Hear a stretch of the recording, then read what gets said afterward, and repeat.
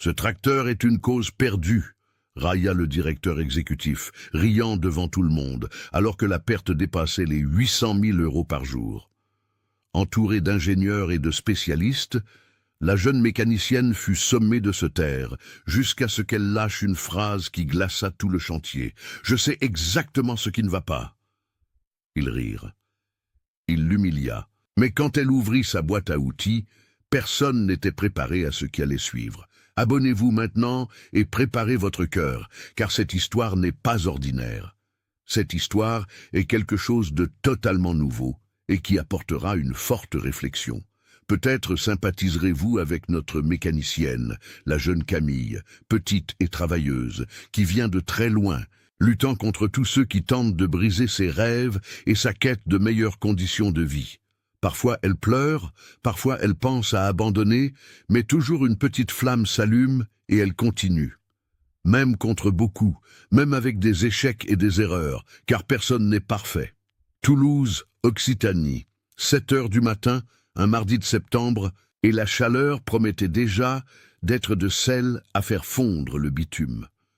Sur le chantier du nouveau pont, sur la Garonne, un géant blanc de 76 tonnes était à l'arrêt, mort, inutile.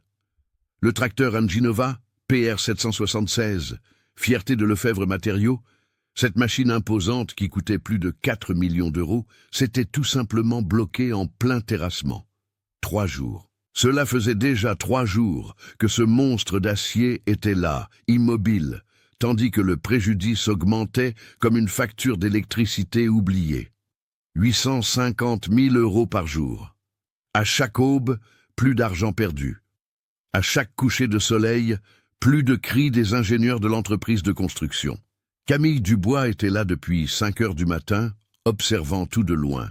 Ses cheveux blonds courts, flottant dans le vent chaud, ses lunettes de protection posées sur la tête, ses bottes marron couvertes de poussière rouge d'Occitanie. Elle n'avait que 21 ans, mais portait sur ses épaules le poids de quelqu'un qui connaissait déjà trop bien le rejet. Petite, 1,58 mètres de hauteur, avec des mains qui semblaient délicates mais étaient pures, calleuses et fortes, assistante technique. C'est ainsi qu'on l'appelait chez Lefebvre Matériaux, dans les documents, sur son badge, lors des présentations, mais tout le monde connaissait la vérité. Camille était celle qui résolvait les problèmes que les mécaniciens certifiés ne parvenaient pas à régler. Seulement personne ne l'admettait à voix haute. Après tout, elle n'avait pas de diplôme, pas de certificat, pas ce beau papier encadré au mur. Jean Lefebvre arriva sur le chantier avec son arrogance habituelle, mais son visage trahissait son désespoir. 58 ans, propriétaire de l'entreprise, homme qui avait hérité de l'affaire de son père et l'avait transformé en empire. Cheveux gris peignés en arrière, chemise de ville chère tachée de sueur, lunettes de créateur qui coûtaient plus que le salaire mensuel de Camille. Il descendit de son Land Cruiser noir, aux vitres teintées, et se dirigea directement vers les techniciens d'Enginova, ces spécialistes venus de Bordeaux qui facturaient une fortune à l'heure. Et puis la voix de Jean résonna sur le chantier. Encore un jour et rien.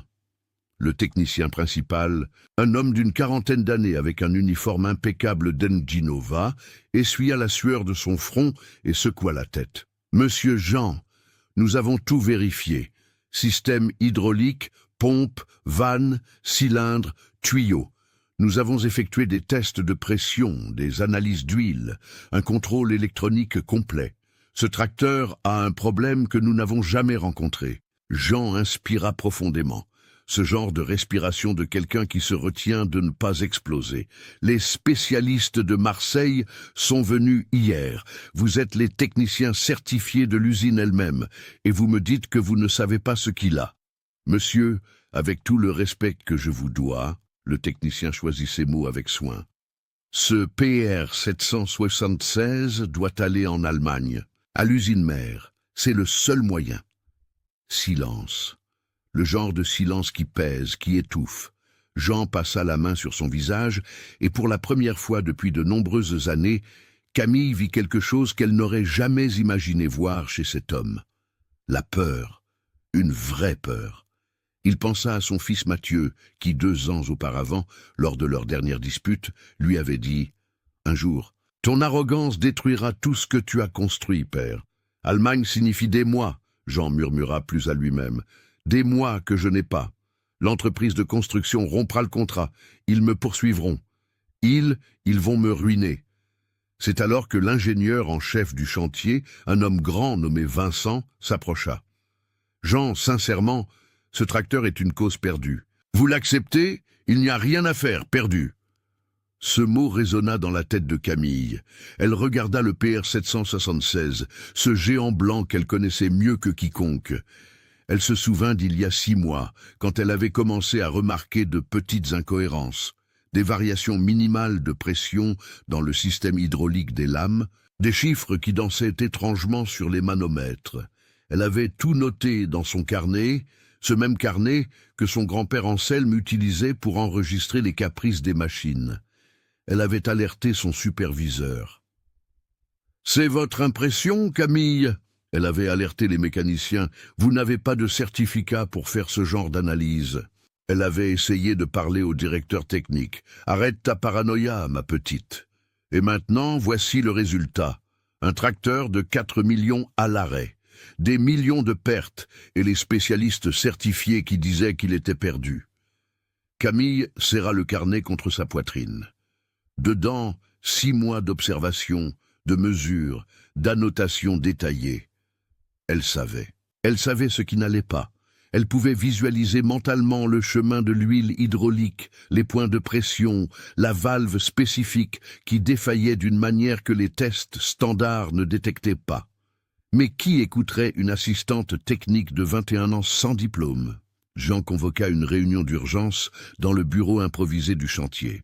Un conteneur aménagé avec climatisation, 12 personnes réunies, ingénieurs de l'entreprise de construction, les techniciens certifiés d'Anginova, les spécialistes de Marseille, des superviseurs et Camille, bien sûr, pour servir le café et organiser les papiers. C'était toujours sa fonction lors des réunions importantes. Elle entra avec le plateau de café et sentit le poids d'être invisible. Les hommes parlaient comme si elle n'existait pas, discutant de solutions techniques complexes pendant qu'elle distribuait les tasses en silence. Quelqu'un a une idée? Jean était hors de lui, sa voix tremblante mêlant colère et désespoir. La sueur coulait sur son front, malgré la climatisation à fond. Un silence gênant. Les techniciens certifiés baissèrent les yeux. Les spécialistes de Marseille regardèrent leurs chaussures coûteuses. Vincent secoua lentement la tête. « Monsieur Jean, je l'ai déjà dit, ce tracteur est une cause perdue. Il doit aller en Allemagne. Il n'y a pas d'autre solution. Aucun de nous ici ne parvient à identifier le problème. » Camille finit de servir les cafés et se posta dans un coin de la pièce, comme elle le faisait toujours. Elle serra le carnet contre sa poitrine, sentant les battements accélérés de son propre cœur. Elle voulait parler, elle voulait crier qu'elle savait ce qui n'allait pas, qu'elle avait la solution là, notée, documentée, mais sa voix ne sortait pas. Combien de fois avait-elle déjà essayé? Combien de fois avait-elle été ignorée, diminuée, ridiculisée? « Je suis perdu, » murmura Jean, s'enfonçant dans sa chaise. Pour la première fois de sa vie, cet homme qui avait toujours eu toutes les réponses, qui avait toujours tout dirigé et tout le monde, admit « Je suis complètement perdu ». Et ce fut à ce moment que Camille sentit quelque chose de différent en elle. Ce n'était pas de la colère, pas de la révolte, c'était cette petite flamme que son grand-père Anselme disait toujours qu'elle avait. « Petite Camille, tu es petite à l'extérieur, mais tu as un feu à l'intérieur. » que même la tempête n'éteint pas. Elle pensa à son grand-père, à ses 35 ans à opérer des machines lourdes, aux histoires qu'il racontait, aux notes qu'il avait laissées. « Camille, je ne sais pas réparer ces machines, mais j'ai appris à les écouter. Et toi, ma petite fille, tu as un don que je n'ai jamais vu. Tu comprends ces machines comme si tu leur parlais. » Ses doigts serrèrent le carnet avec plus de force. « Excusez-moi. » Sa voix sortit doucement. Presque un murmure. Personne n'entendit. Les hommes continuèrent de parler, discutant des délais, parlant d'envoyer le tracteur en Allemagne. Calculant les pertes. Excusez-moi, cette fois plus fort. Quelques-uns levèrent les yeux. Jeanne haussa les sourcils, surpris qu'elle soit encore là. Camille, vous pouvez ramener le plateau. Le superviseur dit sans même la regarder. Je sais ce qui ne va pas avec le PR 776. Le silence qui suivit fut différent du précédent. C'était le genre de silence lourd de méfiance et presque de dérision. Quelques hommes échangèrent des regards. L'un des techniciens de Marseille laissa échapper un rire étouffé. Jean la fixa de ses yeux fatigués. « Qu'avez-vous dit ?»« Je sais ce qui ne va pas avec le tracteur, monsieur Jean. Je l'observe depuis 6 mois. J'ai tout noté ici. » Elle leva le carnet et pouvait sentir sa main trembler. Vincent roula des yeux. « Jean, pour l'amour de Dieu !» Mais le technicien principal d'Anginova fut plus direct. « Ma petite, nous sommes des spécialistes certifiés par l'usine. Nous sommes venus spécialement de Bordeaux. Nous avons des décennies d'expérience. Vous êtes assistante technique. » Camille compléta, la voix ferme maintenant. Sans certificat, sans diplôme, sans beau papier au mur. « Je sais, mais je connais ce tracteur. Je sais ce qui ne va pas. » Jean la regarda longtemps, puis, à la surprise de tous, y compris d'elle-même, il rit. Ce n'était pas un rire joyeux. C'était ce genre de rire de quelqu'un qui a touché le fond du gouffre et n'a plus rien à perdre. Vous savez quoi? Pourquoi pas? Il ouvrit les bras. Les spécialistes ne savent pas. Les techniciens certifiés ne savent pas.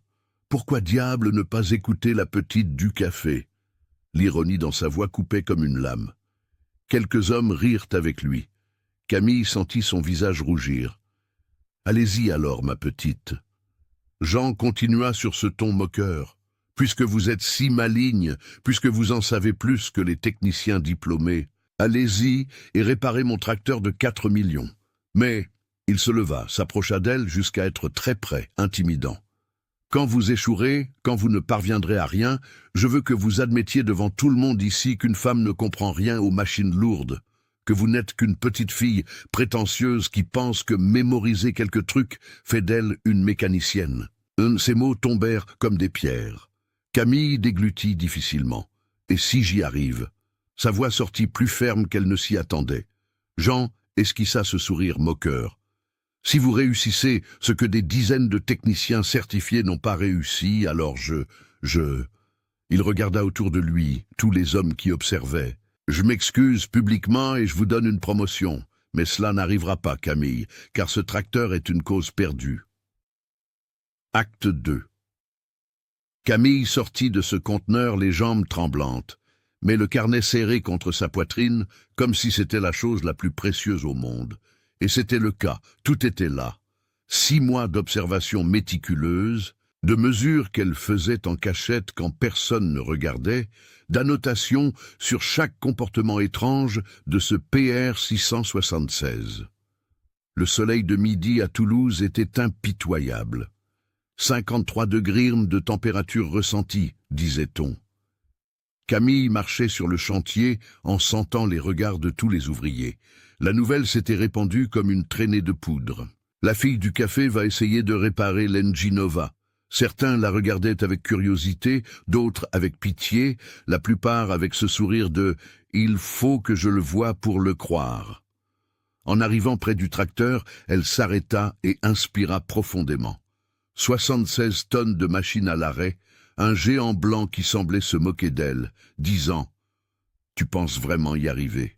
Elle posa la main sur la chenille froide d'acier, ferma les yeux et à ce moment-là, c'était comme si elle pouvait entendre la voix de son grand-père Anselme. « Petite Camille, une machine, c'est comme une personne, ça a des manières, ça a de l'humeur, des bons jours et des mauvais jours.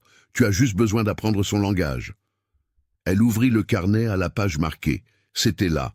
14 mars.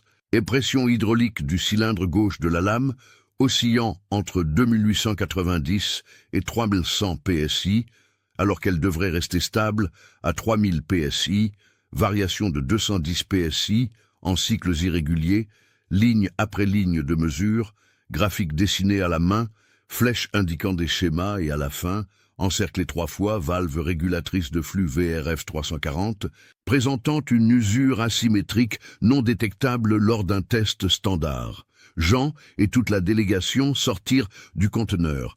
Il alluma un cigare, souffla la fumée en l'air et cria « Et alors, ma petite, vous allez faire de la magie ou rester là, à regarder ?»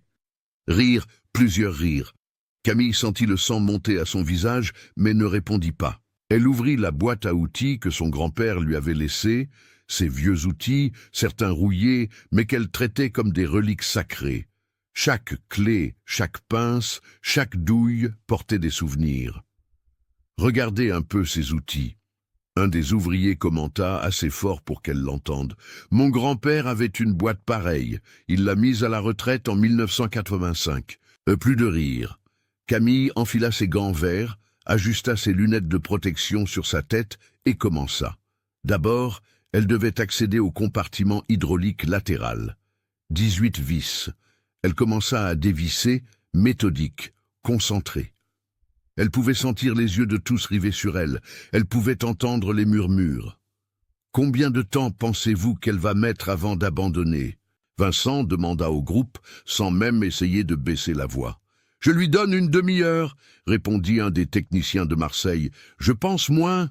Quand elle verra qu'elle ne peut même pas ouvrir le panneau principal, ce sera fini. » Jean tira une autre bouffée de son cigare. « Laissez la petite jouer.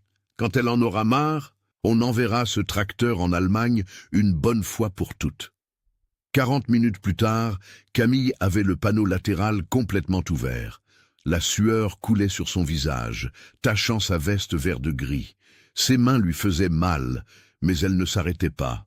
Elle devait accéder au système de vanne. Il fallait retirer le protecteur thermique, puis le déflecteur d'huile, puis « Elle fait tout de travers », commenta l'un des techniciens d'Enginova en secouant la tête. Elle aurait dû commencer par le test de pression du maître-cylindre, pas par l'accès latéral. Le technicien principal acquiesça. Elle n'a aucune méthodologie, elle agit à l'intuition, pur amateurisme. Mais Camille savait exactement ce qu'elle faisait. Les techniciens suivaient le protocole du manuel, d'abord tester puis accéder. Elle allait directement à la source du problème parce qu'elle savait où il se trouvait. Elle l'avait cartographié pendant 6 mois. 2 heures passèrent. Le soleil était encore plus fort. Camille avait retiré 7 composants pour arriver là où elle devait. Ses mains étaient noires de graisse, son visage marqué par des taches d'huile.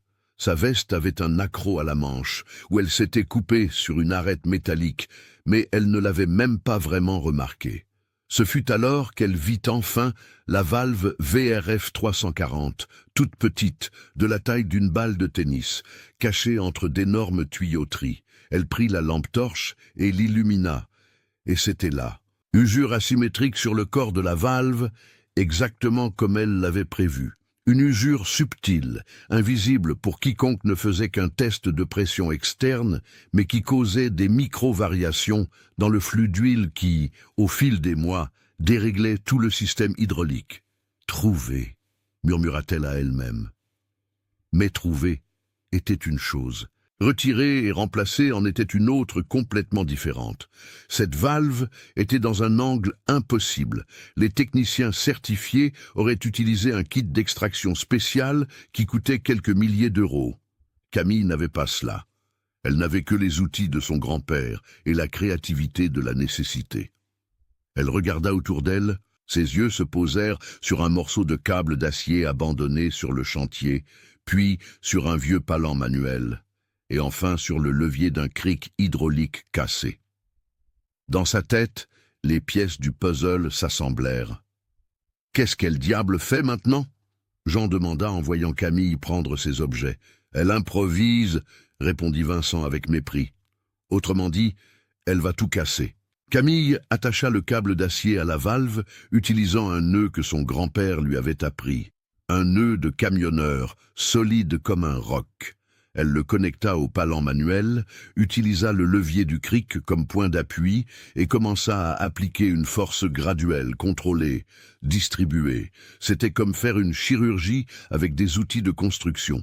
Elle va arracher la tuyauterie. Le technicien principal d'Enginova se leva alarmé. « Jean, pour l'amour de Dieu, arrêtez-la avant qu'elle ne cause des dégâts de centaines de milliers d'euros. » Jean fit 2 pas vers le tracteur, mais quelque chose l'arrêta.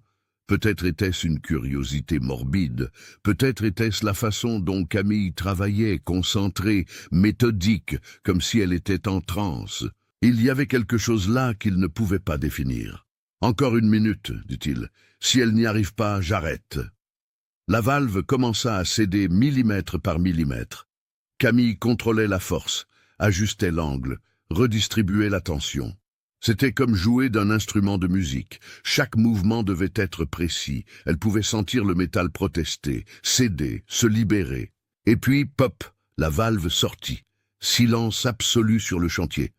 30 ouvriers, 12 professionnels spécialisés, tous dans un silence total, regardant cette petite femme, tenant une valve sale d'huile comme un trophée. « C'est cette valve qui cause le problème », dit Camille, la voix rauque de fatigue. « VRF 340, usure asymétrique sur le corps. Les tests de pression standard ne la détectent pas car la défaillance se produit en microcycles, mais au fil des mois, elle a déréglé tout le système. » Le technicien principal d'Enginova s'approcha, prit la valve de ses mains, l'examina attentivement.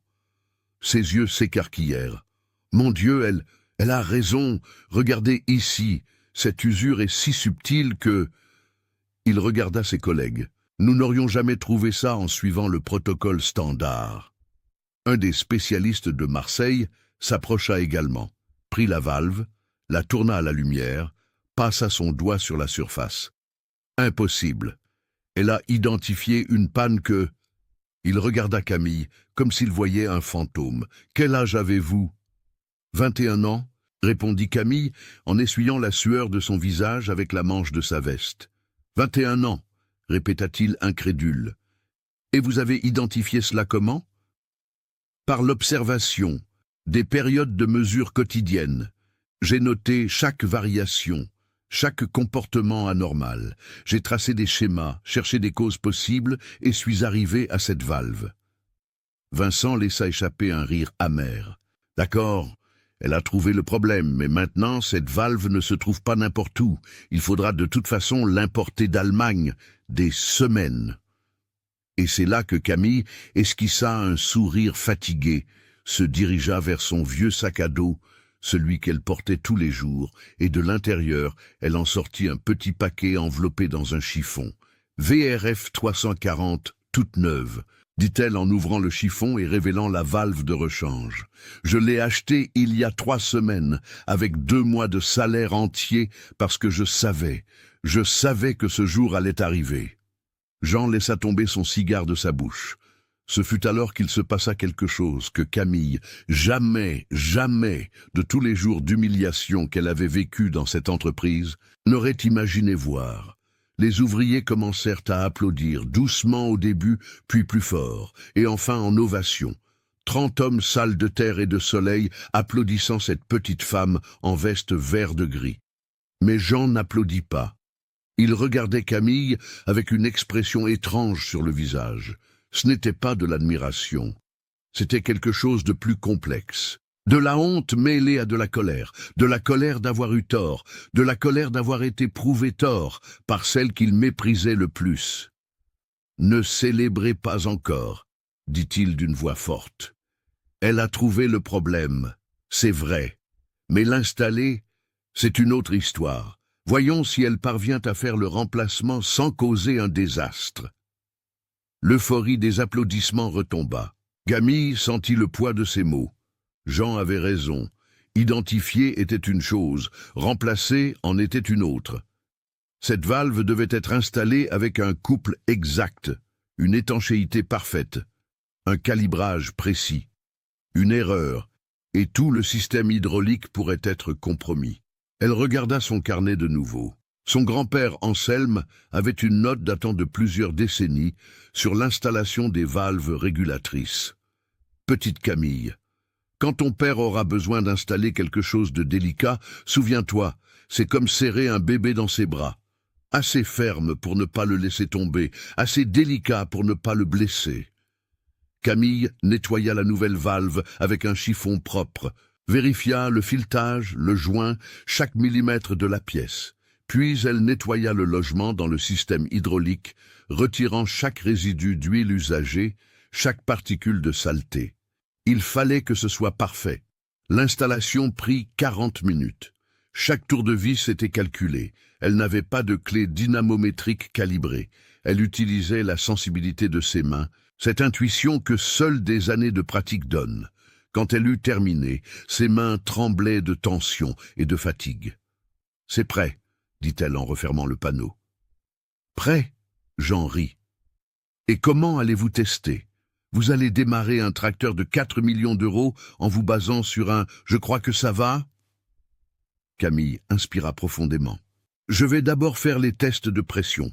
Ensuite, si tout est correct, je mettrai en marche le système hydraulique progressivement et seulement alors je démarrerai le moteur principal. » « Vous n'avez pas d'équipement de test ?»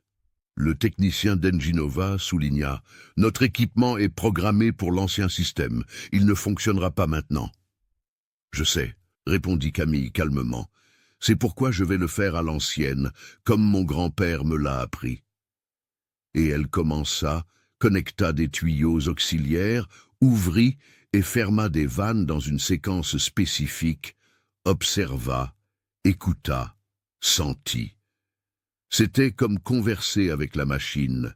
Chaque son, chaque vibration avait un sens. 15 minutes plus tard, elle se leva. « Ah, système hydraulique répondant normalement. Pression stabilisée, prêt à démarrer. » Tous s'éloignèrent. Jean déglutit difficilement. Si ce tracteur explosait, s'il y avait le moindre dommage supplémentaire, c'était la fin de tout. Camille monta dans la cabine, s'assit sur l'énorme siège, ses pieds atteignant à peine les pédales. Elle posa la main sur la clé de contact et, à cette seconde, murmura « Grand-père Anselme, aide-moi !» Elle tourna la clé. Le moteur toussa une fois, 2 fois, et puis rugit à la vie. Le rugissement de ce moteur Enginova résonna sur le chantier comme un coup de tonnerre annonçant une tempête. 76 tonnes de machines vibrant, respirant, vivant à nouveau. Camille sentit chaque cellule de son corps vibrer avec ce moteur. Ses mains tremblaient sur le volant, non pas de peur, mais d'une émotion si profonde qu'elle ne savait même pas lui donner un nom. De l'extérieur, 30 ouvriers explosèrent en cris. Les chapeaux volèrent en l'air. Des hommes qui n'avaient jamais échangé 2 mots avec elle sautaient, s'embrassaient, célébraient comme s'il s'agissait d'une finale de Coupe du Monde, parce que c'était une victoire, non seulement la sienne, mais celle de tous ceux qui dépendaient de ce chantier pour subvenir aux besoins de leur famille. « Elle a réussi !» cria quelqu'un. « La petite a réussi !» Camille descendit de la cabine, les jambes chancelantes, trébuchant presque à la dernière marche. Et c'est alors que cela se produisit. Les ouvriers se précipitèrent vers elle, des mains calleuses touchant ses épaules, des tapes amicales dans le dos, des embrassades serrées qui sentaient la sueur et le diesel et la gratitude. « Vous avez sauvé nos emplois, ma petite. Ma fille allait rater son opération si ce chantier s'arrêtait. Vous avez sauvé ma famille. » Des larmes coulaient sur le visage de cette petite femme. Elle avait passé 3 ans dans cette entreprise à être invisible, et là, elle était. Vue, reconnue, célébrée. C'était trop beau. Mais au milieu de toute cette célébration, Jean Lefebvre était là, immobile comme une statue de sel. Son cigare éteint entre les doigts, le visage sans expression, les yeux fixés sur ce tracteur fonctionnant parfaitement et sur cette assistante technique portée sur les épaules par les ouvriers. Vincent s'approcha de lui.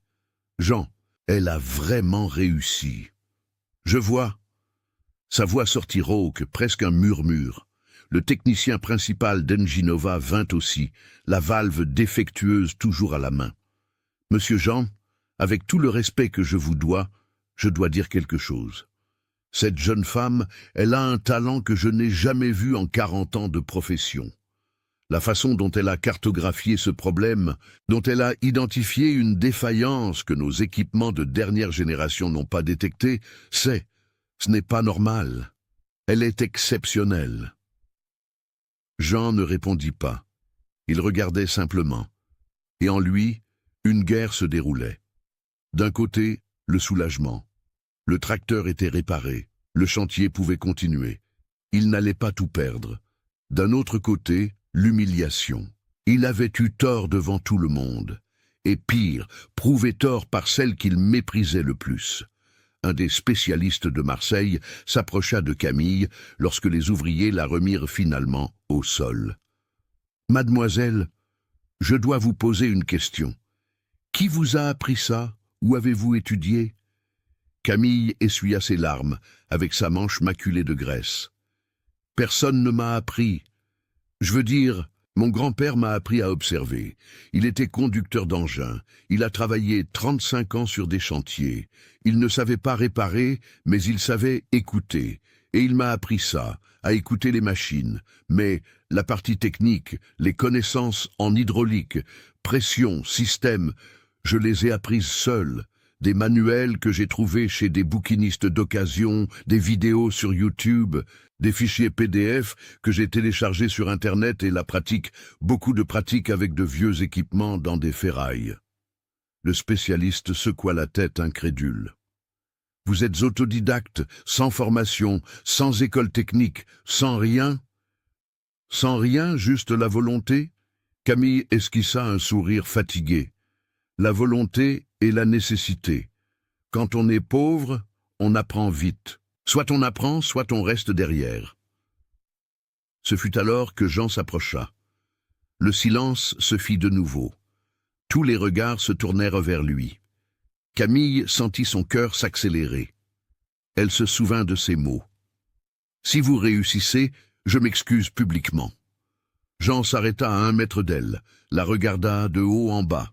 Cette petite femme, maculée de graisse de la tête aux pieds, avec sa veste déchirée et ses cheveux blonds collés de sueur au visage. Et il vit, pour la première fois, vraiment vit, non pas une assistante technique, non pas la petite fille d'Anselme à qui on avait donné un emploi par pitié, mais une professionnelle, une vraie mécanicienne. « Vous avez réussi, » dit-il. Et sa voix n'avait plus la moquerie d'avant. Elle avait quelque chose de différent, et quelque chose qu'il n'était pas encore prêt à reconnaître. « J'ai réussi, » répondit Camille, la voix ferme maintenant.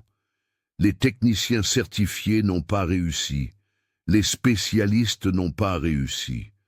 Mais vous avez réussi. J'ai réussi parce que j'ai fait attention. Parce que j'ai observé quand tout le monde ignorait, parce que j'ai documenté quand tout le monde disait que c'était de la paranoïa. » Jean inspira profondément. Il pouvait sentir tous les yeux rivés sur lui, les ouvriers, les ingénieurs, les techniciens, tous attendant. Il avait donné sa parole devant 12 témoins. Il avait promis de s'excuser si elle réussissait, mais l'orgueil est un monstre tenace. Et Jean Lefebvre avait construit un empire sur l'orgueil et l'arrogance. « Vous avez de la chance, dit-il finalement.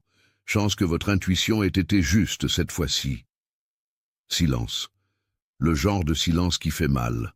« Chance, » répéta Camille, sentant quelque chose se briser en elle. « J'ai documenté pendant très longtemps. J'ai alerté 3 fois sur ce problème. J'ai étudié, j'ai recherché. J'ai investi mon propre argent pour acheter la pièce de rechange. Et vous appelez ça de la chance? Écoutez, vous avez fait du bon travail. Je le reconnais, mais n'exagérons pas. Vous avez promis. » Sa voix explosa, la surprenant elle-même et tout le monde. Vous avez dit devant tout le monde, vous avez dit que si je réussissais, vous vous excuseriez et me donneriez une promotion, ou votre parole ne vaut rien. Jean sentit le sang lui monter au visage. Vous n'allez pas me parler sur ce ton, ma petite. Mon nom est Camille, cria-t-elle, et les larmes coulèrent de nouveau, mais c'étaient des larmes de colère. Maintenant, 3 ans à travailler ici, et vous ne savez même pas mon nom correctement. Vous m'appelez ma petite, la petite fille d'Anselme, mais je suis Camille Dubois, et je viens de sauver votre entreprise d'une perte de millions. Vincent essaya d'intervenir. Camille, calme-toi. Non. Elle se tourna vers lui aussi. Je ne vais pas me calmer. Combien de fois ai-je essayé de parler? Combien de fois ai-je alerté sur des problèmes, et vous avez ignoré parce qu'une femme ne comprend rien aux machines? Combien de fois ai-je résolu des problèmes, et vous avez pris le mérite? Elle se retourna vers Jean, et même en étant si petite, à ce moment-là, elle semblait énorme. Savez-vous ce que c'est de travailler 3 ans dans un endroit où vous êtes invisible, où vos idées sont volées, votre travail est ignoré, vos alertes sont traitées comme de la paranoïa? Savez-vous ce que c'est de devoir prouver tous les jours que vous méritez d'être là, non pas par votre compétence, mais par votre genre? Jean ouvrit la bouche, mais rien ne sortit. J'ai sauvé votre tracteur, j'ai sauvé votre chantier, j'ai sauvé vos millions, continua Camille, la voix brisée. Et tout ce que je demande, c'est le minimum, le respect, la reconnaissance que vous teniez parole. Est-ce trop demandé? Le technicien d'Enginova fit un pas en avant. Monsieur Jean, puis-je dire quelque chose? Cette jeune femme a raison. Je suis dans cette profession depuis 40 ans. J'ai vu de bons mécaniciens, de mauvais mécaniciens. Et cette jeune femme ici, elle n'est pas bonne. Elle est exceptionnelle. Et si vous ne reconnaissez pas cela, vous n'êtes pas seulement arrogant, vous êtes stupide. Parce qu'un talent comme ça, on n'en trouve pas tous les jours. Un des ouvriers les plus âgés, un homme d'une 60aine d'années, s'approcha. Monsieur Jean, excusez-moi de m'immiscer, mais j'ai connu Anselme. J'ai travaillé avec lui sur 5 chantiers différents. C'était un homme honorable, travailleur, honnête, et sa la petite fille, Camille, elle a hérité de tout ce qu'il y avait de bon chez cet homme, y compris la dignité. Et la dignité ne s'incline devant l'arrogance de personne. Jean regarda autour de lui. Tous les regards étaient de désapprobation. Tous attendaient qu'il fasse ce qu'il fallait. Et ce fut à ce moment que quelque chose en lui se brisa, non pas complètement, mais se fissura. Il pensa à son fils Mathieu, à leur dernière conversation il y a 2 ans, quand Mathieu lui avait dit, les larmes aux yeux, « Père, vous êtes tellement occupé à être puissant que vous avez oublié d'être humain, et je ne veux pas devenir ça. Je ne veux pas devenir vous. » Jean avait perdu son fils à cause de l'orgueil. Il allait perdre le respect de tous à cause de l'orgueil aussi. Il regarda Camille, cette jeune femme de 21 ans, petite, maculée de graisse, les yeux rouges d'avoir tant pleuré, mais toujours debout, toujours ferme. Et il vit en elle quelque chose qu'il avait perdu depuis longtemps, le courage de lutter pour ce qui est juste, même quand le monde entier est contre vous. Vous avez raison. Les mots sortirent doucement, coûtant chaque syllabe. Vous avez raison. Et je... Il ferma les yeux, inspira profondément. J'avais tort. Camille cligna des yeux. Surprise. Je vous ai sous-estimé. Jean continua, la voix retrouvant de la fermeté. Je vous ai rabaissé. Je vous ai traité comme si vous n'étiez rien. Et vous venez de prouver que vous valez plus que tous les techniciens certifiés que j'ai fait venir ici. Vous, il la regarda dans les yeux, vous m'avez fait honte. Vous m'avez montré que je suis un vieil arrogant qui croit que le diplôme est tout. Il fit un pas en avant, tendit la main. Je m'excuse, Camille Dubois, vraiment. Vous méritiez le respect dès le premier jour où vous avez mis les pieds ici. Et j'étais trop petit pour voir cela. Camille regarda la main tendue, elle pouvait la voir trembler légèrement. Cet homme puissant, propriétaire d'un empire, tremblait. Et elle comprit. S'excuser était pour lui plus difficile que de résoudre n'importe quel problème mécanique. Elle lui serra la main. Les ouvriers explosèrent de nouveau en applaudissements, mais cette fois, c'était différent. C'était un applaudissement pour l'humanité, pour l'humilité, pour le courage d'admettre son erreur. Et concernant la promotion, dit Jean quand les applaudissements cessèrent, vous ne serez plus assistante technique. À partir d'aujourd'hui, vous êtes mécanicienne senior spécialisée avec le salaire correspondant et une demande. Je veux que vous formiez notre équipe, que vous leur enseigniez cette méthodologie d'observation et de prévention. Camille sentit ses jambes fléchir. « Monsieur, mais je n'ai pas de certificat, je n'ai pas... » « Vous avez mieux, » le technicien d'Enginova l'interrompit. « Vous avez un vrai talent, et aucun certificat au monde ne peut le donner. » Vincent s'approcha également, embarrassé. « Camille, je vous dois aussi des excuses. Combien de fois ai-je ignoré vos observations? Combien de fois ai-je ri quand vous essayez de parler?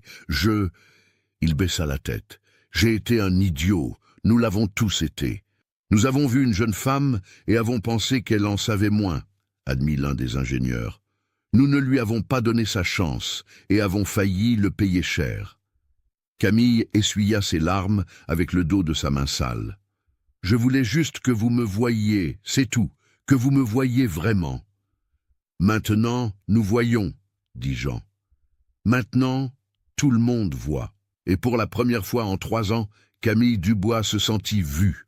Les heures qui suivirent ce moment de reconnaissance furent comme un réveil d'un rêve étrange.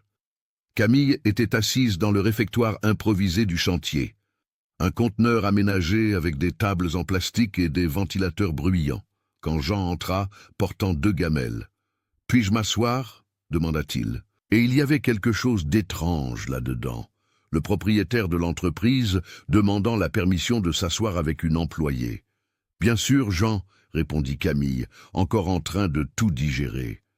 Jean posa une des gamelles devant elle. « Vous n'avez rien mangé de la journée, 5 heures de travail sous ce soleil, vous devez vous nourrir. » Elle regarda la nourriture. Du riz, de la viande, une salade, des plats simples, mais à ce moment-là, cela ressemblait à un festin. Elle prit la fourchette avec des mains qui tremblaient encore légèrement de fatigue. Ils mangèrent en silence pendant quelques minutes, un silence étrange, inconfortable. C'était comme si aucun des deux ne savait exactement quoi dire, maintenant que les masques étaient tombés. « Mon fils » commença Jean soudain, rompant le silence. « Mathieu, il a 32 ans, ingénieur civil diplômé de l'école polytechnique. Il a toujours été brillant. Et il y a 2 ans, il m'a dit que j'étais un tyran, que j'humiliais les employés, que je croyais que l'argent et le pouvoir me donnaient le droit d'être cruel. » Camille arrêta de manger, le regarda. « J'ai dit qu'il était faible, » continua Jean, la voix lourde, « et qu'il ne comprenait pas comment le monde réel fonctionne, que dans le bâtiment, il faut être dur, il faut imposer le respect, et il m'a regardé avec une tristesse si profonde et a dit « Père, il y a une différence entre imposer le respect et imposer la peur. Vous n'avez jamais appris cela. » Et il est parti. Il ne me parle plus depuis 2 ans, ni à Noël, ni à son anniversaire, ni au mien.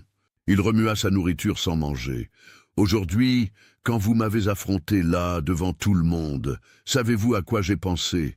J'ai pensé à Mathieu, au courage qu'il a eu de m'affronter et à la lâcheté que j'ai eue de ne pas écouter. »« Et pourquoi me racontez-vous cela ?»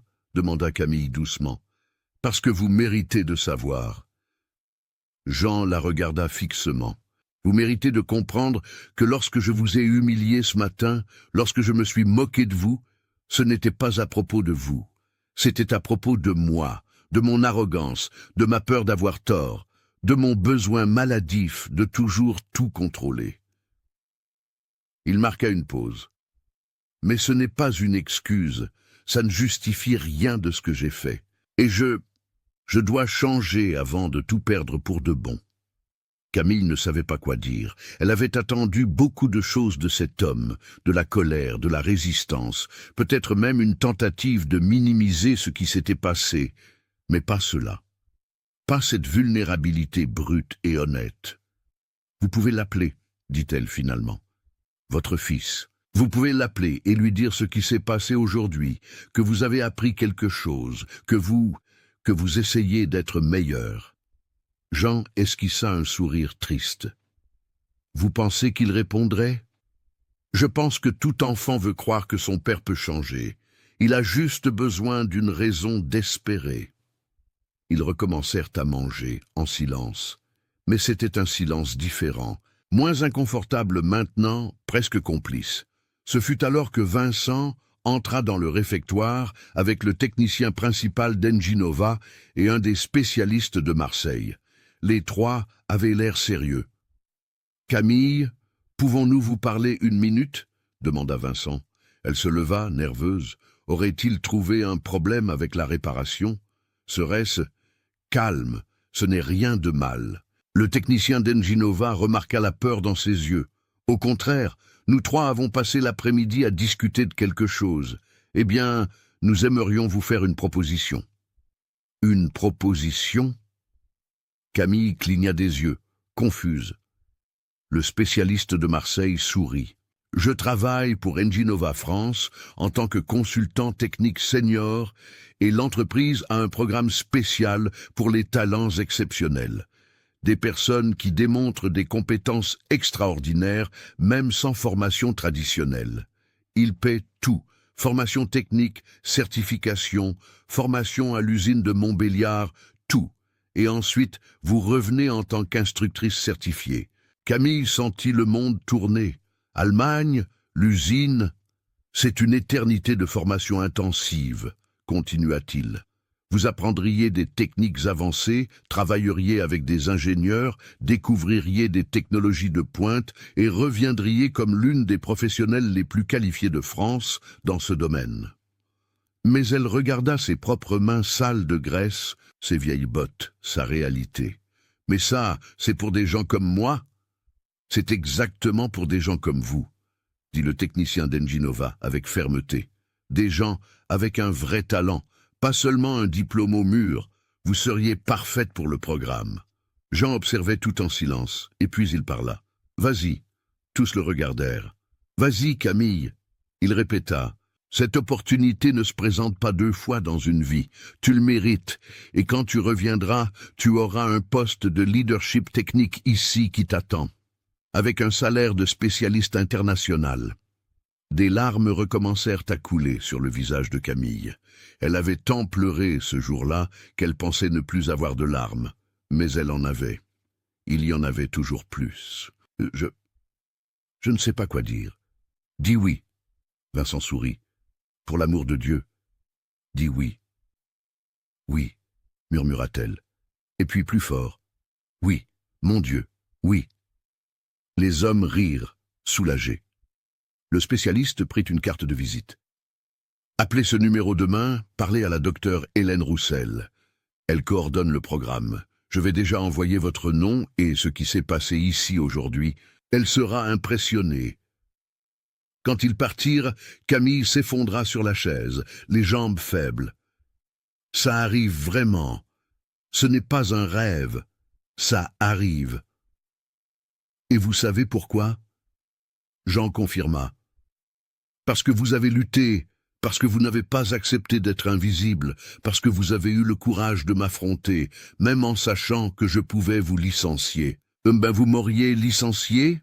Il resta silencieux un instant. « Hier peut-être, mais aujourd'hui je comprends que cela aurait été la plus grande erreur de ma vie professionnelle. » Camille inspira profondément. « Monsieur Jean, puis-je poser une question personnelle ?»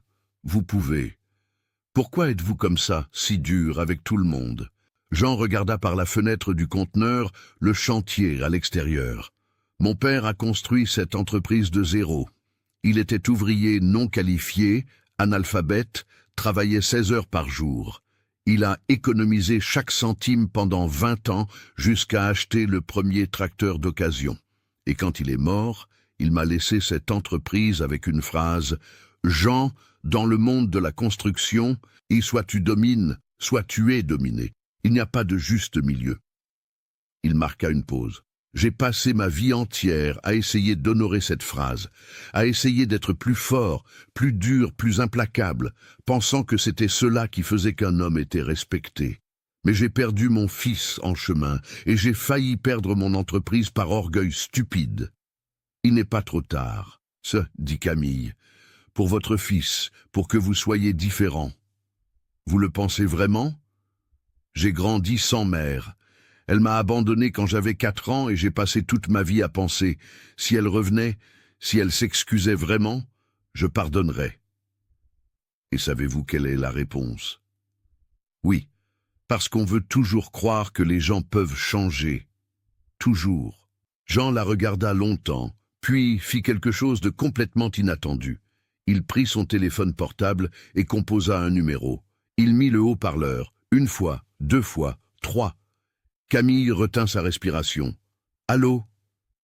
Une voix masculine répondit, méfiante. « Mathieu, » dit Jean, et sa voix était différente, plus douce, presque fragile. « C'est moi, ton père. » Silence de l'autre côté. « Je sais que tu ne veux pas me parler. Je sais que je ne mérite pas ton attention. Mais il s'est passé quelque chose aujourd'hui que je dois te raconter.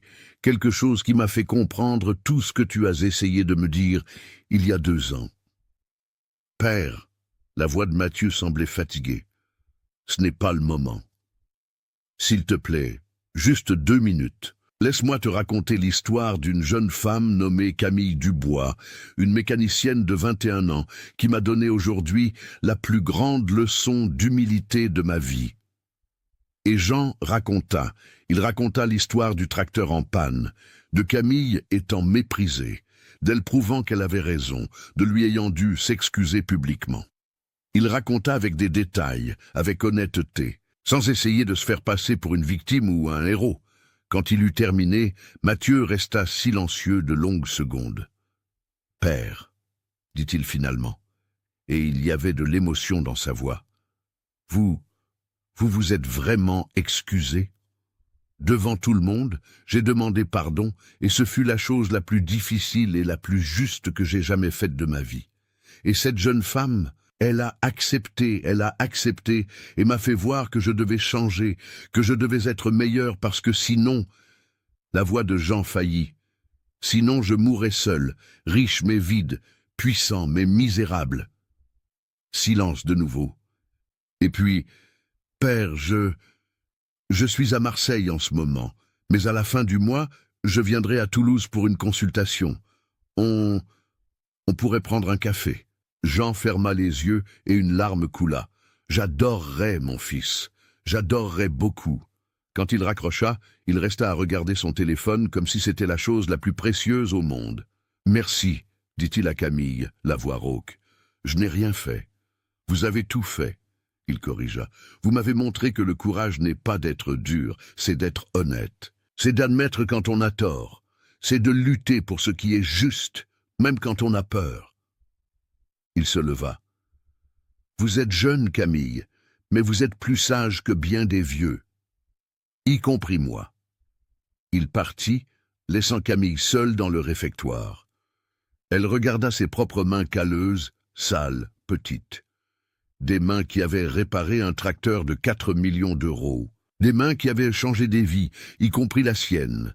Elle prit son vieux téléphone portable, regarda la photo d'écran d'accueil, elle et son grand-père Anselme, prises avant qu'il ne meure, les deux souriant, lui avec la main sur son épaule. « Grand-père, » murmura-t-elle, « je crois que j'ai réussi, je crois que je vous ai rendu fier. » Et là, dans ce conteneur chaud et bruyant à Toulouse, Occitanie, Camille Dubois pleura pour la dernière fois ce jour-là, mais c'était de bonnes larmes.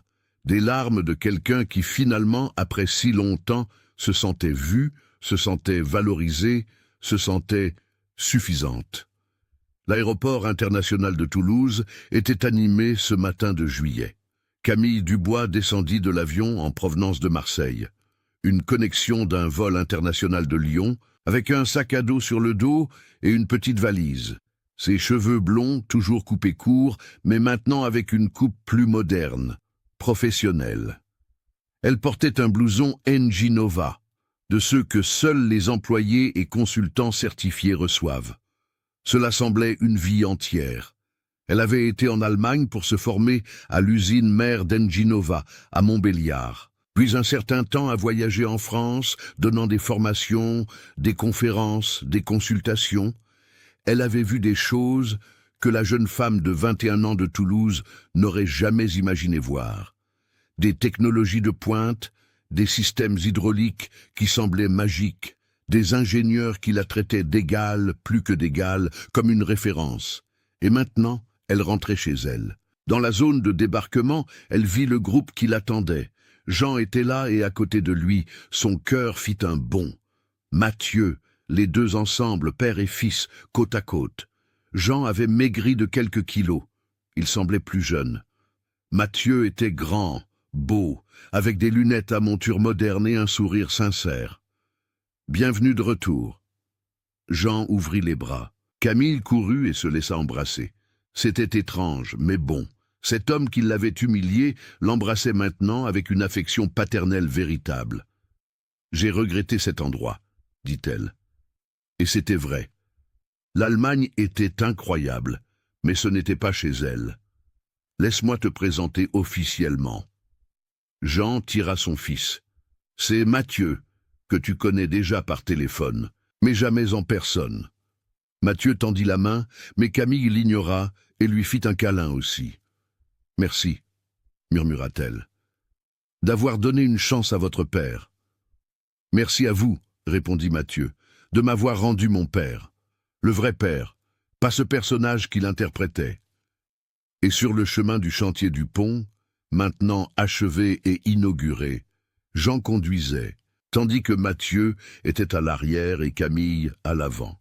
Ils la mirent au courant de tout. « Le chantier a été terminé dans les délais sans plus de problème, » raconta Jean. « Ce PR 776 que vous avez réparé a parfaitement fonctionné tous ces mois. Il est devenu une sorte de légende parmi les ouvriers. Le tracteur que Camille a sauvé, il l'appelle. « Et l'entreprise ?» demanda-t-elle. « Elle a changé, » répondit Mathieu. « Papa a mis en place un programme de valorisation des talents internes. Peu importe si la personne a un diplôme ou non, si elle démontre des connaissances et des compétences, elle progresse.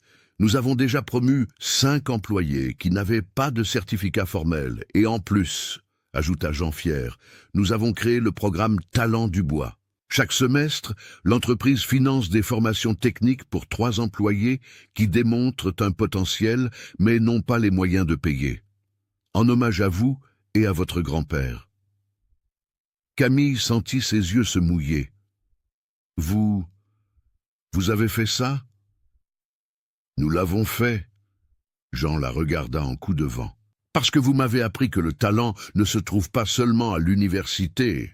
Il se trouve chez des gens avec le feu aux yeux et la volonté d'apprendre. » Quand ils arrivèrent au nouveau bureau de Lefebvre Matériaux, un bâtiment moderne que Jean avait construit ces derniers mois, Camille fut accueillie par des applaudissements. Les ouvriers qui avaient travaillé sur le chantier du pont étaient là, propres et habillés du dimanche. Vincent était là, maintenant promu directeur des opérations, les techniciens, les ingénieurs, les secrétaires, tous applaudissant. Mais ce qui fit vraiment pleurer Camille, ce fut de voir un énorme tableau sur le mur de la réception, une photo agrandie de ce jour-là, elle, petite, à côté du PR 776, maculé de graisse, avec ce sourire fatigué mais victorieux, et en dessous une plaque. Camille Dubois, la mécanicienne qui nous a appris que le talent se conquiert et que le courage n'a pas de taille. « Ça restera ici pour toujours, » dit Jean à côté d'elle, pour nous rappeler à tous le jour où nous avons appris l'humilité. Ils tinrent une réunion où Camille présenta tout ce qu'elle avait appris en Allemagne. C'étaient de nouvelles techniques, des méthodologies modernes, mais elle tint à parler de quelque chose de plus important. Chez Enginova, j'ai appris beaucoup de choses techniques, mais le plus important que j'ai appris, c'était lors d'une conversation avec le directeur de formation, un monsieur allemand de 68 ans nommé Marc, raconta-t-elle. J'étais impressionné par toute la technologie, par les équipements, et j'ai commenté. Ici, vous avez des ressources que nous n'avons pas en France. Et savez-vous ce qu'il a répondu? Tous étaient attentifs. Il a dit, Camille, la technologie, on l'achète, mais l'observation, la dédication, la passion pour ce que l'on fait, ça ne s'achète pas. Et vous avez cela. Beaucoup de nos jeunes ingénieurs ont tout l'équipement du monde, mais ils n'ont pas le regard. Vous avez le regard, et cela m'a fait comprendre quelque chose de fondamental. Elle marqua une pause, regardant chaque visage dans la pièce. Peu importe si vous avez le meilleur équipement, le diplôme le plus cher, le certificat le plus beau. Ce qui importe, c'est si vous vous souciez vraiment, si vous faites attention, si vous écoutez, que ce soit la machine ou les gens autour de vous. J'ai réparé ce tracteur parce que je l'ai écouté pendant très longtemps, parce que je m'en suis soucié. Vincent leva la main. Camille, je voudrais dire quelque chose publiquement. J'ai été l'un de ceux qui vous ont le plus méprisé. Combien de fois avez-vous essayé de parler et j'ai ignoré? Combien de fois ai-je ri de vos observations? Et aujourd'hui, je suis dans cette position parce que j'ai appris de vous. J'ai appris à écouter les employés, à valoriser ceux qui travaillent vraiment. Alors, merci, et encore désolé. Moi aussi. Un ingénieur se leva. Je venais de finir mes études, un plein de théories en tête et je pensais tout savoir. Vous m'avez montré que le diplôme est important, mais que l'expérience et l'observation sont essentielles. Un par un. Plusieurs employés partagèrent comment ce jour, 10 mois auparavant, avait changé la façon dont ils travaillaient, dont ils traitaient leurs collègues, dont ils percevaient la compétence. Après la réunion, Jean emmena Camille visiter le projet spécial. C'était un nouvel espace dans l'entrepôt de l'entreprise, un atelier école. Ici, nous allons former des jeunes issus de communautés défavorisées, expliqua-t-il. Mécanique d'équipements lourds, hydraulique, systèmes électriques, cours de 6 mois gratuits avec bourse d'études, et vous serez la coordinatrice technique. Camille regarda autour d'elle, émue. Il y avait des établis neufs, des outils modernes, des équipements de formation et sur le mur plusieurs photos d'elle, de son grand-père Anselme, d'autres mécaniciens qui avaient marqué l'histoire. La première promotion commence le mois prochain, raconta Mathieu. 15 jeunes sélectionnés, la moitié sont des femmes. Nous y avons tenu. La moitié des femmes ?»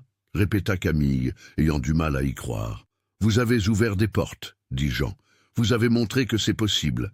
Et maintenant, nous voulons que d'autres jeunes filles voient qu'elles aussi peuvent, qu'elles n'ont pas à accepter quand on leur dit qu'une femme ne comprend rien à nos machines, qu'elles peuvent se battre, peuvent prouver, peuvent vaincre. » Ce soir-là, Jean organisa un dîner chez lui, une immense maison dans les environs de Toulouse où Camille n'aurait jamais imaginé mettre les pieds.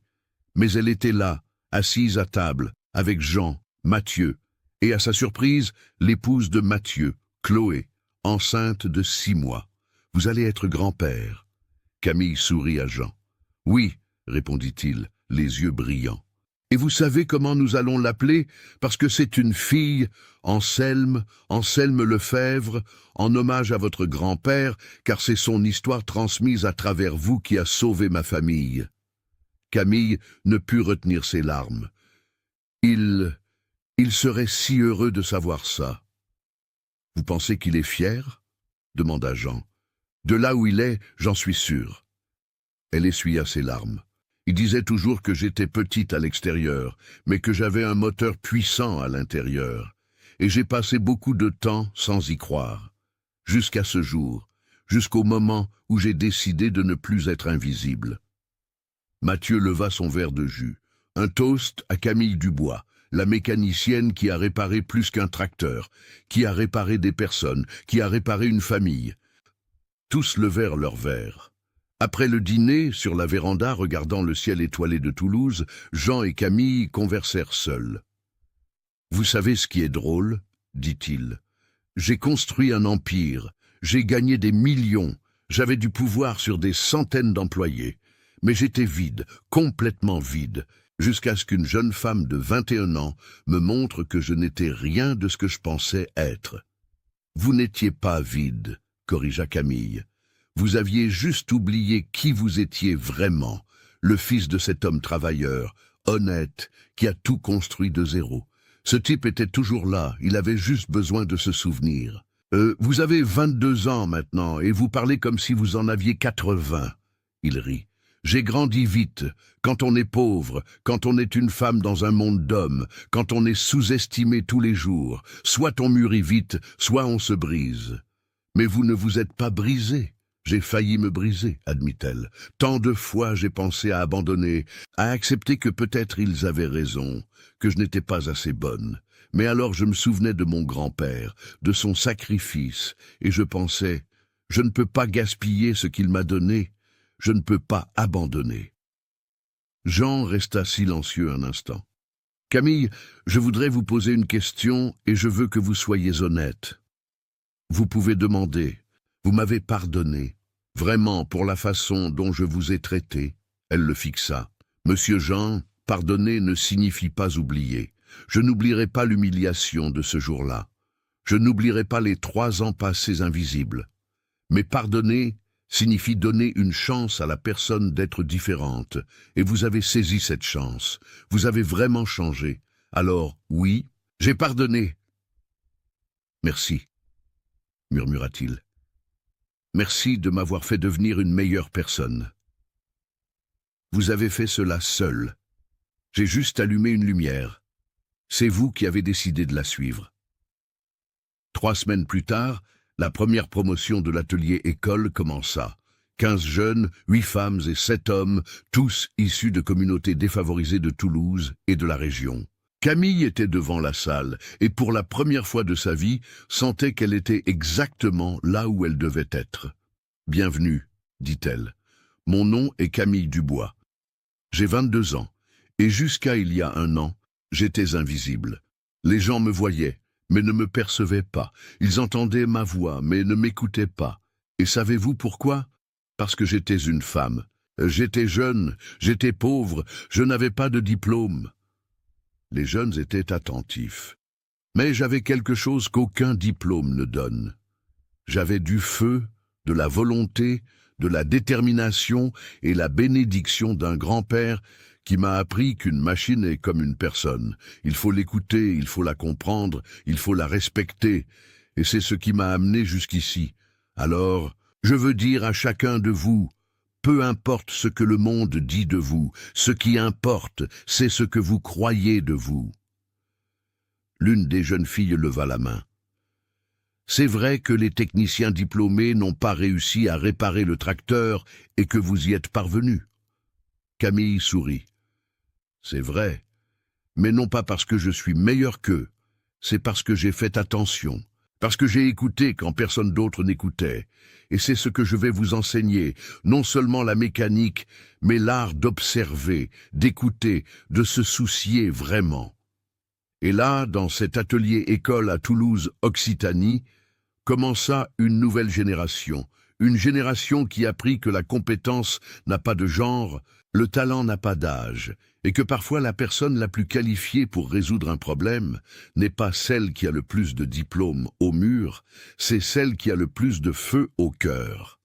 Dubois était passé d'invisible à inoubliable, de méprisé à mentor, d'assistante technique à coordinatrice, spécialiste certifiée internationalement, et plus important que n'importe quel titre, preuve vivante que lorsque l'on se bat pour ce qui est juste, lorsque l'on n'accepte pas d'être rabaissé, lorsque l'on maintient allumée cette petite flamme, même dans la tempête la plus forte, on ne change pas seulement sa propre vie, on change le monde.